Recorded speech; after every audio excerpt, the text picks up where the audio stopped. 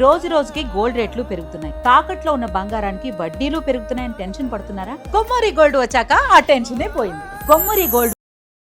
నమస్తే. Operation కగార్తోని central government Modi గారి నేతృత్వంలోని నక్సల్స్ అందరినీ కూడాను ఇంకా తుదముట్టించేసాము, అంతం చేసేసాము, కుకట వేళ్లతో పెకిలించేసాము. సో ఇది ఓవరాల్ గా వాళ్ళు చాలా సాటిస్ఫైడ్.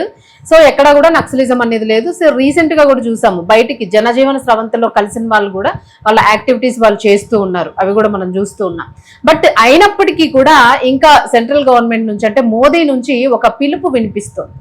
దిమాంగి నక్సల్స్ ఇప్పుడు కొత్తగా వినిపిస్తుంది. సో ఇటువంటి మైండ్ సెట్స్ ఉన్న వాళ్ళు ఉన్నారు, లేదు ఇలాంటి వాళ్ళు ఇంకా ఎక్కడో ఉన్నారు, ఇటువంటి వాళ్ళందరినీ కూడా వేరు పారేయండి అని చెప్పి. సో వాళ్ళని ఏరేయండి అని అంటే ఇంకా ఎవరైనా ఉన్నారా, లేకపోతే అటువంటి మైండ్ సెట్ ఉన్న వాళ్ళనా, అసలు ఆయన ఉద్దేశం ఏంటి?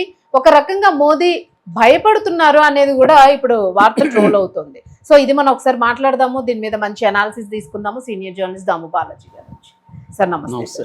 నక్సల్స్ విన్నాం మనం, కానీ దిమాగ్ నక్సల్స్ ఏంటి అసలు? దిమాగి నక్సలైట్ అనేది ఆయన పదం వాడాడు. అంటే ఇప్పుడు రెడ్ ఫోర్ట్ నుంచి స్వాతంత్ర దినోత్సవం సందర్భంగా ఆయన జాతిని ఉద్దేశించి మాట్లాడుతున్నప్పుడు సో నక్సలైట్ల సమస్యను మేము తుదముట్టించగలిగాము. 2014 ముందు 14లో మా గవర్నమెంట్ ఏర్పడినప్పుడే మేము హామీ ఇచ్చాము, నక్సల్ ముక్త భారత్ని తీసుకొస్తామని. అది మేము ఆల్మోస్ట్ చేసాము, ఇంకా కొంత ఉంది, అది కూడా చేసేస్తాము. అయితే ఇప్పుడు అది సమస్య కాదు, ఎందుకంటే అక్కడంతా కూడా డెవలప్మెంట్ మొదలైంది. మన త్రివర్ణ పతాకం అక్కడంతా కూడా ఎగురుతూ ఉంది ఈరోజు. సో అది మేము సాధించిన విజయంగా చెప్పుకున్నాడు. అక్యురేట్గా ఆయన చెప్పిన దాంట్లో వాస్తవం ఉంది. ఆయన విజయం అనుకున్నప్పుడు అది విజయమే. మావోయిస్టులని కంప్లీట్గా లేకుండా చేయడం అనేది సాధ్యం కాదని చాలామంది నమ్ముతూ వచ్చారు. సాధ్యమని నిరూపించింది బీజేపీ ప్రభుత్వం. మోడీ, షా కలిసి, అమిత్ షా కలిసి మావోయిస్టులను ఏరివేయడం సాధ్యమే అనేది వాళ్ళు నిరూపించారు. అది సక్సెస్ అయినట్టే క్లియర్గా. అయితే అంతటితో ఆయన ఆగి ఉంటే బాగుండేది. కానీ ఆయన ఏం చెప్తున్నాడంటే దిమాగి నక్సల్స్ ఇంకా ఉన్నారు, ఐడియాలజీ ఇంకా ఉంది, వాళ్ళు వెయిట్ చేస్తున్నారు మళ్ళీ హింసని ప్రేరేపించాలని ఈ దిమాగి నక్సలైట్లు. సో వాళ్ళని కానీ వదిలేస్తే మళ్ళీ హింస మొదలవుతుంది, మళ్ళీ మావోయిజం వస్తుంది. సో వాళ్ళని కూడా గుర్తించి ఒంటరిని చేయాలి అనే పదాలు ఆయన వాడాడు. ఐసోలేట్ చేయాలని. మామూలుగా ఐసోలేట్ అనే దానికి చాలా మీనింగ్స్ వస్తాయి. వాడిని ఐసోలేట్ చేయండి అంటే వాడిని వేసేయండి అని మామూలుగా, అంటే అంతం చేయమని. అంటే ఇక్కడ 2-3 కాంటెక్స్లు మనం చర్చించాలి. ఒకటి, ఇప్పటి వరకు దిమాగి నక్సల్ అయిన పదం వాడలేదు, అర్బన్ నక్సల్స్ వాడారు. ఫస్ట్ టైం ఈయన దిమాగి నక్సల్స్ అన్నాడు. అంటే బ్రెయిన్లో ఆలోచనలో కూడా మావోయిస్టులని సపోర్ట్ చేయకూడదు, అలాంటి ఆలోచన ఉంటే కూడా వాళ్ళు డేంజరస్ అంటున్నాడు. ఇది ఎక్స్ట్రీమ్ అన్నమాట. అంటే మోడీ ఇటీవల జరిగిన దాంట్లో నుంచి నేర్చుకోకపోగా రివర్స్లోకి వెళ్తున్నాడు. ఏం నేర్చుకొని ఉండాలి ఆయన? మనం ఈ అణచివేత వల్లే తిరుగుబాటు వచ్చింది. విద్యార్థుల ఉద్యమాన్ని మనం కానీ బిగినింగ్లోనే కాక్రోచ్ ఉద్యమాన్ని అడ్రస్ చేసి ఉంటే ఇక్కడి వరకు వచ్చిండేది కాదు అనే గుణపాఠం నేర్చుకుండాలి కదా ఆయన. నేర్చుకోకుండా ఆలోచన ఉంటే కూడా వాళ్ళు డేంజర్ అంటున్నారు. ఇది నియంతలు మాత్రమే మాట్లాడతారు ఈ లాంగ్వేజ్. డెమోక్రసీలో ఆలోచన ఉండొచ్చు, ఆలోచన ఉండాలి, విభిన్నమైన ఆలోచనలు ఉండాలి. ఆ విభిన్నమైన 1000 పూలు వికసించని 100 ఆలోచనలు వర్ధిల్లనని మావో చెప్తాడు. అలాగే 100 రకాల ఆలోచనలు ఉండాలి. అట్లని మొన్న కాంగ్రెస్ కానీ అనుకొని ఉంటే, అంతకుముందు ఆర్ఎస్ఎస్ ఆలోచన కరెక్ట్ కాదనుకుంటే ఇవాళ బీజేపీ ఉండేదా, ఆర్ఎస్ఎస్ ఉండేదా?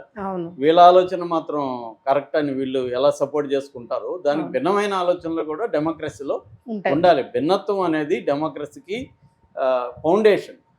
డిఫరెన్సెస్ అనేది, డిఫరెంట్ ఒపీనియన్ ఉంటుంది, డిఫరెంట్ ఆలోచనల ధోరణులు ఉంటాయి. మార్క్సిజం అనేది, కమ్యూనిజం అనేది ప్రపంచానికి ఎంతో మేలు చేసింది, ఎంతో చెడ్డ కూడా చేసింది.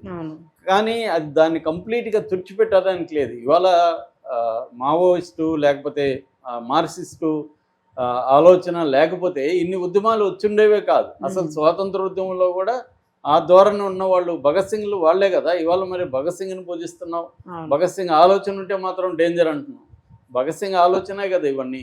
అసలు ప్రాబ్లం మావోయిస్టులు ఎందుకున్నారు, ఈ బయటంతా ఎందుకు లేరు, ఈ మైదాన ప్రాంతాల్లో ఎందుకు లేరు మావోయిస్టులు?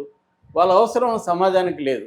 అంటే ఎంతో కొంత అభివృద్ధి అయింది, డెమోక్రసీ పద్ధతిలోనే సమస్యలు సాల్వ్ అవుతున్నాయి, కాబట్టి మావోయిస్టుల అవసరం లేదు. మరోపక్క నిర్బంధం కూడా ఇక్కడ ఉంది కాబట్టి వాళ్ళు అడవులు లేకపోతే బతకలేని పరిస్థితులు, వాళ్ళ మెథడ్లో కూడా ప్రాబ్లం ఉంది. విప్లవాన్ని మారుతున్న పరిస్థితులకు అనుగుణంగా మార్చుకోలేకపోవడం అనేది మావోయిస్టుల సమస్య. దాంతో వాళ్ళు ట్రైబల్కి వెళ్ళారు. ట్రైబల్ ఎందుకు ఆదరించారు? ట్రైబల్స్కి ఉన్న సమస్యల్ని ప్రభుత్వం తీర్చలేకపోయింది కాబట్టి ఆల్టర్నేటివ్ తీర్చుంటే వీళ్ళ అవసరం ఏముంది అక్కడ. సో జల్, జంగిల్, జమీన్, ఈ అడవి, నీళ్లు, భూమి, ఈ ప్రధానంగా ఈ 3 సమస్యల్ని ప్రభుత్వం అడ్రస్ చేయలేకపోయింది కాబట్టి మావోయిస్టులు కూడా మ్యాక్సిమం చేసింది అక్కడ విప్లవం చంపింది పక్కన పెడితే వాళ్ళు చెరువులు తవ్వించారు. అంటే ప్రభుత్వం చేసే పని వాళ్ళు చేశారు. స్కూళ్ళు పెట్టారు, హాస్పిటల్ పెట్టారు. ఇవన్నీ అవసరాలు అనేవి వాళ్ళ బేసిక్ అవసరాలు, మానవులకి బేసిక్ అవసరాలు, కూడు గుడ్డ, అవి దాటిన తర్వాత వైద్యము, విద్య, ఇవి బేసిక్ అవసరాలు. అవే బేసిక్ హక్కులు కూడా ఉండాలి. కాకపోతే దురదృష్టవశాత్తు లేదు. సో వాటిని మావోయిస్టులు చేశారు అక్కడ. కానీ వాళ్ళ హింస అనే దాన్ని వ్యతిరేకించాల్సిందే ఖచ్చితంగా. ఇదే పని హింస లేకుండా కూడా చేయొచ్చు. వాళ్ళు ఆ ధోరణిలో ఎన్నుకున్నారు, వాళ్ళని తొదముట్టించారు, అంతవరకు ఓకే. కానీ ఆలోచన ఉంటేనే నేను వాళ్ళని తొదముట్టిస్తా, మీరు కూడా చేయండి అనడం అనేది ఎక్స్ట్రీమ్ నియంతల భాష అది. దీనివల్ల అంటే ఆయనకి ఈ కాక్రోచ్ ఉద్యమం వల్ల భయం ఏర్పడి అసలు ఈ ఆలోచననే చంపేద్దామని డిసైడ్ అయ్యాడు. అది సాధ్యం కాదు, మోడీ వల్ల కాదు. అంతకు ముందు కూడా హిట్లర్లు అందరూ పోయారు తప్ప ఆలోచనల్ని తుడిచేయడం అనేది, ఆలోచన ఉండేవాడు అంతా కూడా డేంజర్ అనడం అనేది సాధ్యం కాదు. దానివల్ల ఇంకా వ్యతిరేకత మోడీకి పెరుగుతుంది. చాలామంది ఇప్పుడు విశ్లేషకులు చెప్తున్నది ఏమంటే, మోడీ కానీ బీజేపీ కానీ ఈ ఉద్యమం నుంచి ఏమి నేర్చుకోవట్లేదు, వీళ్ళు మళ్ళీ పాత పద్ధతుల్లోనే అణచివేత రూపంలోనే చేద్దాం అనుకుంటున్నారు. దానివల్ల ఇంకా పెరుగుతుంది. మనం పక్కనే బంగ్లాదేశ్లో చూసాము, ప్రెసిడెంట్ పారిపోయి రావాల్సిన పరిస్థితి. పక్కన నేపాల్లో చూసాము. వీటన్నిటి గుణపాఠం నేర్చుకోవాలి. మన దేశంలో కూడా ఎప్పుడైనా ఇలాంటి పెద్ద ఉద్యమం వచ్చిందా? ఒక మంత్రిని తీయగలిగిన పరిస్థితి, ఇన్ని కోట్ల మంది విద్యార్థులు తిరగబడిన పరిస్థితి వచ్చిందా? ఎందుకు వచ్చింది ఇప్పుడు మరి? ఎందుకంటే ఎకనామిక్ పరంగా కొంతమందికే మొత్తం దోచిపెడుతున్నారు. అద్వానీలు, అదానీలు, మొత్తం ఆ ఫ్యామిలీ బిజినెస్లే 138 లక్షల కోట్లు ఉన్నాయనేది మొన్న ఒకటి సర్వే వచ్చింది బయటికి. అంటే మోడీ ప్రభుత్వం వచ్చినాక విపరీతంగా ఒక పిడికడు, అంటే 1%కి దగ్గర 40-50% వెల్త్ వెళ్ళిపోయింది. సో మిగతా వాళ్ళకి లేవు, ఉద్యోగాలు లేవు, పిల్లలకి జాబ్, లైవ్లీహుడ్ లేదు, పైగా అణచివేత ఉంది. దాంతో తిరగబడతారు ఆటోమేటిక్. సో చావులకి సిద్ధమైపోతారు.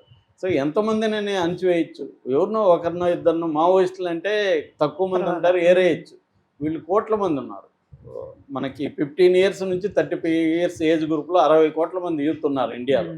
వీళ్ళందరిలో తిరుగుబాటు వచ్చింది అనుకోండి, ఏం చేస్తారు? సో నేను పదే చెప్తుంటాను, మన ఫ్రాయిడ్ కొటేషను, మనుషుల చరిత్ర నుంచి ఏమి నేర్చుకోరని.